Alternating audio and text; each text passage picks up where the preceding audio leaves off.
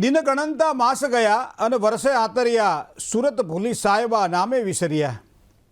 કેટલા વર્ષ આવ્યા, કેટલા વર્ષ ગયા અને કેટલા વર્ષમાં શું પ્રાપ્ત થયું એનું સર્વેયું મોટા ભાગે જે પ્રમાણે કારતક મહિનાથી માંડી અને આસો મહિના સુધી જે વેપારી કરતા હોય છે અને માર્ચ મહિના સુધીના જે કહેવાય ને કે જે કોઈ હિસાબ કિતાબ જે કરવાના હોય પછી એનું સર્વેયું તૈયાર થાય મિત્રો। અને સર્વેયું તૈયાર થાય એના આધારે ગયા વર્ષમાં શું આપણે કમાણા અને ગયા વર્ષમાં શું આપણે ખોયું એનો એક વર્તારો નક્કી થાય। તો આ જીવનનું પણ કંઈક આવું જ છે। જીવનની અંદર કેટલું કમાણા, જીવનની અંદર શું કમાણા, જીવનની અંદર શું ગુમાવ્યું, જીવનની અંદર પ્રાપ્ત કરવા માટેના શું પ્રયત્ન કર્યા અને એમાં નિષ્ફળ રહ્યા, જીવનમાં પોતાના પરિવારની અંદર ક્યાં સુખી થયા, ક્યાં દુઃખી થયા, કોના દ્વારા તકલીફો, કોના દ્વારા પરેશાનીઓ અનુભવી, કોના દ્વારા વારંવાર કષ્ટો અનુભવ્યા, આ બધાનું સર્વેયું પૂરું થયું હોય નવા વર્ષની શરૂઆત થાય છે। પણ નવું વર્ષ તો જેમ પેલું નાનું બાળક હસતું હોય, ખીલતું હોય, મરકતું હોય અને ચહેરા પર જે પ્રસન્નતા હોય ને એ પ્રસન્નતા હોવી જોઈએ, કારણ કે હવે નવું વર્ષ શરૂ થઈ રહ્યું છે। આમ તો આપણે નવું વર્ષ તો દિવાળી પછી જે બેસતું વર્ષ આવે છે ત્યારથી શરૂ થાય છે, પણ અહીંયા આપણે આ નવા વર્ષને ભૂલવું ન જોઈએ, કારણ કે અહીંયા 2025નો આંક એ 9નો આંક છે। 9નો આંક એ આમ તો શુભત્વનો આંક માનવામાં આવે છે। એનો મતલબ એવો થાય કે આગામી વર્ષ થોડું કષ્ટવાળું દેખાય છે, થોડું સંકટવાળું દેખાય છે। દુનિયા અને દેશ માટે કદાચ કંઈ ને કંઈ નવા જૂની થાય તેવી સંભાવનાઓ દેખાય છે। અત્યારે યુદ્ધનો માહોલ જ્યારે ચાલી રહ્યો છે, અત્યારે ખાસ કરી અને બેકારીનો માહોલ જ્યારે ચાલી રહ્યો છે ત્યારે દેશ દુનિયાની અંદર, ભારતમાં તો ખૂબ સારું છે। અત્યારે બહારના દેશોમાં જઈએ ત્યારે આપણને ખબર પડે કે મોટા મોટા વેપારીઓ પણ અત્યારે શાંતિથી પલાઠી વાળીને બેઠા છે કે ભાઈ સારો સમય આવશે ત્યારે સારું કામ કરીશું। એનો મતલબ કે કંઈક આવું ચાલી રહ્યું છે મિત્રો। આપણને આ બધી ખબર ઓછી પડે, પણ ગ્રહોના સંકેતનો જો ધ્યાનમાં રાખીએ તો સામાન્ય રીતે કોઈ પણ વર્ષના વર્તારો કરવા માટે 3 ગ્રહોની આપણે જરૂરિયાત હોય છે। આખા વર્ષનો વર્તારો કરો, સૂર્ય તો બદલાઈ જાય, ચંદ્ર હવા 2 દિવસે બદલાઈ જાય, બુધ બદલાઈ જાય, શુક્ર બદલાઈ જાય।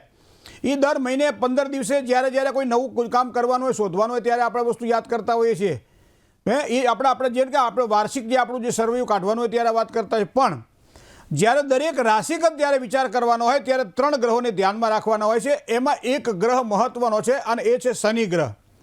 તો શનિ ગ્રહ અત્યાર સુધી પોતાની મૂળ ત્રિકોણ રાશિ કુંભ રાશિમાં હતો અને એ 2025ના માર્ચ મહિનાની 29 તારીખ પછી આવશે એ પોતે મીન રાશિમાં, બરાબર। તો આ કુંભમાંથી મીન રાશિના શનિનું પરિભ્રમણ એ પ્રમાણે તમે જોજો કે એની પનોતીઓનો કાળ બદલાઈ જાય। જેને પગની પનોતી હોય, પેટની પનોતી આવી જાય, પેટની પનોતી હોય એને ઉતરતી પનોતી આવી જાય। આવું જોઈએ ને આપણે બધું આપણી ભાષામાં વાત કરી શકીએ। એ પ્રમાણે નાની પનોતી કોને, મોટી પનોતી કોને, એ તો આપણે દિવાળીના વર્તારામાં જોઈ જ લીધું મિત્રો।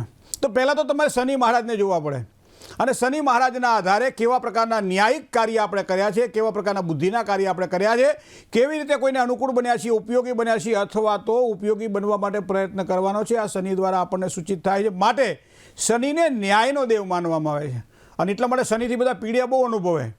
શનિની જે પનોતી આવે, હાડાહાથી આવે ને એટલે બધાને એમ થાય કે એ મર્યા, પણ ક્યારેક ક્યારેક સારા ફળની પણ પ્રાપ્તિ થાય, કારણ કે ચાંદીના પાયે, લોઢાના પાયે, તાંબાના પાયે, સોનાના પાયે કયા પાને પનોતી છે ખબર ના હોય અને પછી આપણે કે મારો તો પનોતી છે, મને તો બહુ તકલીફ, એવું ના હોય। પનોતી સારી પણ ફળ આપે છે, બરાબર। વરસાદ કદાચ મને તમને કાદવ આપતો હોય પણ ખેડૂતનો દીકરો વરસાદ પડે તો રાજી થાય, શું કામ કે એને કંઈક સારો પાક આવશે। તો જમીનના તત્વનું આ મહત્વ પાણી દ્વારા જાણી શકીએ છીએ મિત્રો। એ પ્રમાણે ગ્રહોના તત્વને પણ આપણે જીવનમાં જાણી શકીએ છીએ અને જાણવા માટેનું કોઈ ઉત્તમ બળ હોય તો એ શનિનું બળ છે। હવે બીજો ગ્રહ તમને આવશે રાહુ। રાહુની સામાન્ય વાત કરવામાં આવે તો 18/5/2025 રાહુ બદલાય છે।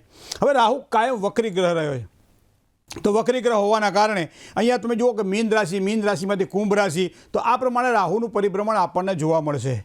હવે ત્રીજો જે ગ્રહ જે છે એ તમે શનિ જોઈ લીધો, તમે રાહુ જોઈ લીધો। હવે ઉત્તમ ગ્રહ, 2 ગ્રહ ખરાબ ગ્રહ છે, શનિ ગ્રહ અને રાહુ ગ્રહ ખરાબ ગ્રહ છે। હવે ગ્રહ આવે છે એ આવે છે ગુરુ એટલે બૃહસ્પતિ। હવે ગુરુની ગતિ તમે જુઓ તો આ વર્ષ દરમિયાન સંકેત પ્રમાણે જો જોવા જઈએ તો 15/5 વૃષભમાંથી મિથુન રાશિમાં ગુરુનું પરિભ્રમણ શરૂ થશે।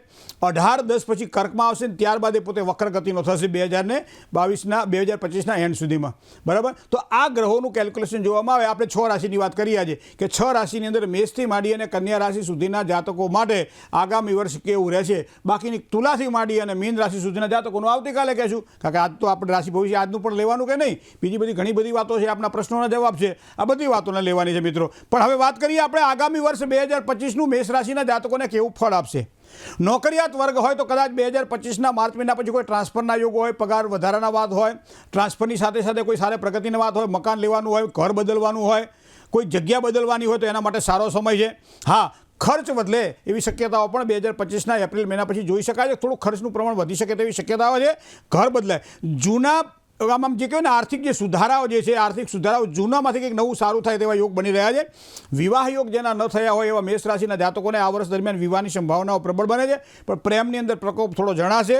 પણ આવા સમય શું કરવું જોઈએ? 3 દેવોની ઉપાસના કરવી જોઈએ. એક હનુમાનજી મહારાજની ઉપાસના કરવી જોઈએ, ભગવાન ગણપતિની ઉપાસના કરવી જોઈએ અને મહાદેવજીની ઉપાસના કરવી જોઈએ. હનુમાનજી મહારાજની ઉપાસના જ્યારે કરતા હોઈએ ત્યારે એમ કહેવાય છે કે હનુમાનજી મહારાજ દર શનિવારે અથવા મંગળવારે હનુમાન ચાલીસાનો પાઠ કરીએ, મંગળવારે ભગવાન ગણપતિને સંકટનાશન ગણેશ સ્તોત્રનો પાઠ કરીએ અને ત્યારબાદ ચોથના દિવસે ગણેશની પૂજા કરીએ તો આ પ્રમાણે કરવાથી મેષ રાશિના જાતકોને સારા પરિણામ મળશે. બીજી રાશિ છે વૃષભ રાશિ. તો વૃષભ રાશિના વાર્ષિક વર્તારાની જો વાત કરવામાં આવે તો વૃષભ રાશિવાળા જાતકોને ખાસ કરી શરીરની પીડા, એમાં વાયુજન્ય પીડા હોય તો એ વાયુજન્ય પીડાનો કદાચ થોડો ભોગ બનવું પડે તેવા યોગ બની રહ્યા છે. મતલબ ખાવા પીવામાં થોડી વિશેષ કાળજી રાખવી પડશે. કોઈ ઓપરેશનની વાત હોય, દવાખાનાની વાત હોય, હોસ્પિટલની વાત હોય અથવા કોઈ તમારે કંઈ બતાવવાનું હોય તો આ વર્ષ કારણ કે આમ શું છે, રોગ અને દેવું ક્યારે વધે કંઈ નક્કી હોતું નથી. થોડું ધ્યાન રાખીને કામકાજ કરવું પડશે. પણ પરિવારનો પ્રેમ તમને સારામાં સારો પ્રાપ્ત થવાનો છે. વૃષભ રાશિના જાતકોને આ વર્ષ દરમિયાન આર્થિક બાબતોનો વિચાર કરીએ થોડો ખર્ચનું પ્રમાણ થોડું વધી શકે છે. જૂન મહિના પછી એક સારા પ્રમોશનના યોગ, જે નોકરીમાં સ્થિરતાપૂર્વક કામ કરતા હોય એના માટે પ્રમોશનના યોગ કદાચ જૂન મહિના પછી ઊભા થશે. નોકરી ધંધાની અંદર સારા પરિણામ મળે. લગ્નની વાત આવે તો પણ એમ કહે છે કે આ વર્ષે સારી વધાવી લેવી જોઈએ, કારણ કે આ વર્ષે તમારા માટે સારું આ પ્રમાણે રહેશે. હવે ત્રીજી રાશિની વાત કરીએ, મિથુન રાશિ છે. હવે મિથુન રાશિના વાર્ષિક વર્તારો 2025નો આપણે જોવા જઈએ તો નોકરી ધંધામાં લાભની શક્યતાઓ આ સમય દરમિયાન તમને સારામાં સારી જોવા મળશે. હવે તમારે પરદેશ જવાનું છે, ભણવા માટે જવાનું છે, પરદેશમાં કામકાજ કરવાના છે, પરદેશમાં સ્થિર થવાનું છે, પરદેશમાં પ્રવાસ કરવાનો છે, તો આ વર્ષ મિથુન રાશિવાળા જાતકો માટે સારું છે. કારણ કે પરદેશમાં કામકાજ જે કરતા વિદ્યાર્થીઓ જે છે, અભ્યાસ કરે છે, સાથે સાથે નોકરી પણ કરી રહ્યા છે, એના માટે આ વર્ષ દરમિયાન મિથુન રાશિના જાતકોને ખૂબ જ સારા પરિણામ પ્રાપ્ત થવાના છે, સારો લાભ મળવાનો છે. કોઈ પ્રોપર્ટીને લગતા કામકાજ હોય તો પ્રોપર્ટીમાં વૃદ્ધિના યોગ પણ મિથુન રાશિના જાતકોને આ વર્ષ દરમિયાન તમને જોવા મળશે. હા, ખર્ચા ઓછા કરો, આ વસ્તુ પર થોડું સાચવીને કામકાજ કરવું પડશે. પ્રેમ જીવનની અંદર પ્રેમની સાથે થોડી તકલીફોનો પણ અનુભવ થશે, તો આ વસ્તુને ધ્યાન રાખવી પડશે. હવે ચોથી રાશિ એટલે કર્ક રાશિ છે. મિત્રો 2025નું વર્ષ કર્ક રાશિ માટે કેવું રહેશે?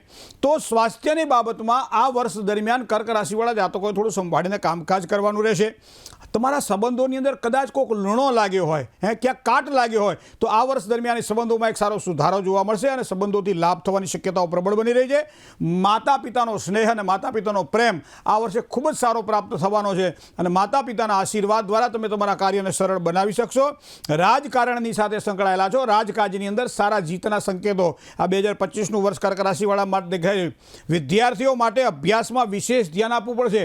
ઇતર પ્રવૃત્તિઓમાં ધ્યાન આપવાની બહુ ઈચ્છા થશે, પણ આ વર્ષે વિદ્યામાં તમે જેટલો સમય કાઢશો, ભણતરમાં જેટલો સમય કાઢશો એટલો તમારા માટે આગામી સમય સારો રહેશે. ધ્યાન રાખજો. શેર બજારને અથવા આવા કોઈ પણ પ્રકારના કામકાજ કરતા હોય તો નુકસાનીની સંભાવનાઓને ધ્યાનમાં રાખી અને જો કરશો તો સારા લાભની પ્રાપ્તિ થશે. પાંચમી રાશિ સિંહ રાશિ. મ અને ટ અક્ષર છે સિંહ રાશિના, બરાબર. તો સિંહ રાશિવાળા જાતકો માટે 2025નું વર્ષ કેવું જાય? તો અહીંયા 2.5 વર્ષની પનોતીનો એક સમય શરૂ થઈ રહ્યો છે અને એ પણ થઈ રહ્યો છે એપ્રિલ મહિના પછીનો. થોડુંક સંભાળીને કામકાજ કરવું પડશે. ઘણી વખત બહુ વિચારો મોટા કરીએ, બરાબર. વિચારમાં મોટો અને કામમાં ખોટો આપણે કહીએ ને, વિચારો હારા કરે, બીજાને કંઈ કહેવાનું હોય તો બહુ વાતો કરે, પણ પોતાને કરવાનું હોય તો ડબો ઢાંસ. આ ન થાય એના માટે આગામી વર્ષ દરમિયાન થોડીક સાવચેતી રાખવી પડશે. નોકરી ધંધાની અંદર થોડી તકલીફ આ સિંહ રાશિવાળા જાતકોને આગામી વર્ષ દરમિયાન દેખાશે. કોઈ પણ પ્રોપર્ટીને લગતા કામકાજ કરવાના હોય, પ્રોપર્ટી ખરીદવાની હોય અથવા પ્રોપર્ટી વેચવાની હોય, થોડી સાવધાનીપૂર્વક એ પ્રમાણે કામકાજ કરજો, સારા લાભની શક્યતાઓ મળશે. માતાના સ્વાસ્થ્યની બાબતમાં આ વર્ષ દરમિયાન થોડું સાચવીને કામકાજ કરવાનું રહેશે. સંતાનો બાબતે સારું છે. યાત્રા પ્રવાસના પણ યોગ બની રહ્યા છે. સાથે સાથે શેર બજારમાં કોઈ લાંબા રોકાણ નુકસાન ન કરાવે એનું થોડુંક ધ્યાન રાખવું પડશે. ટૂંકા રોકાણમાંથી નીકળી જવાનું હોય તો તમારા માટે સારો છે, પણ લાંબા સમયના શેર બજાર અથવા કોઈ પણ પ્રકારના રોકાણ તમને નુકસાન કરાવે તેવી શક્યતાઓ દેખાય છે. હા, જેના લગ્ન ન થયા હોય એના માટે વિવાહ યોગની સંભાવનાઓ પણ પ્રબળ બની રહી છે. ભાગ્ય સાથ આપી રહ્યું છે આ વર્ષ દરમિયાન. એમાંય ખાસ કરીને મે મહિના પછીનો જે સમય છે એ તમારા માટે ખૂબ જ સારો જવાનો છે. કારણ ભલે પનોતીનો કાળ હશે આપણો, પણ એ પનોતી સારી પનોતી છે, નુકસાન કરાવતી પનોતી નથી. સિંહ રાશિના જાતકોને નાની પનોતી ધ્યાનમાં રાખવું પડશે. હવે વાત કરીએ કન્યા રાશિની. પ, ઠ અને ણ અક્ષર છે કન્યા રાશિના જાતકોને. મિત્રો, કન્યા રાશિને 2025ના વર્ષની જો વાત કરવામાં આવે તો સ્વાસ્થ્યની બાબતમાં મે મહિના પછી થોડું સંભાળીને કામકાજ કરવું પડશે. ખાસ કરી કોઈ ઓપરેશન કરાવવાના હોય, દર્દથી બચવા માટેના કોઈ ઔષધિઓ લેવાની હોય, પ્રયોગ આ બધી વસ્તુઓ તમારા માટે થોડું જાળવીને કામકાજ કરવું પડશે. જૂની કોઈ પણ પ્રકારની બીમારી હોય તો એમાંથી પછી રાહત મળે તેવી શક્યતાઓ છે. મતલબ કે સારું મેડિસિન મળે, સારા ડૉક્ટરો મળે અને કામકાજમાં વૃદ્ધિ થાય અને સાથે સાથે તમારું સ્વાસ્થ્ય પણ સુધારા તરફ લઈએ. પરિવારજનો દ્વારા ખૂબ જ સારા લાભની શક્યતાઓ આ વર્ષ દરમિયાન તમને પ્રાપ્ત થશે. પ્રોપર્ટી ખરીદવાના લાભ પણ આ વર્ષ દરમિયાન તમારા દેખાઈ રહ્યા છે.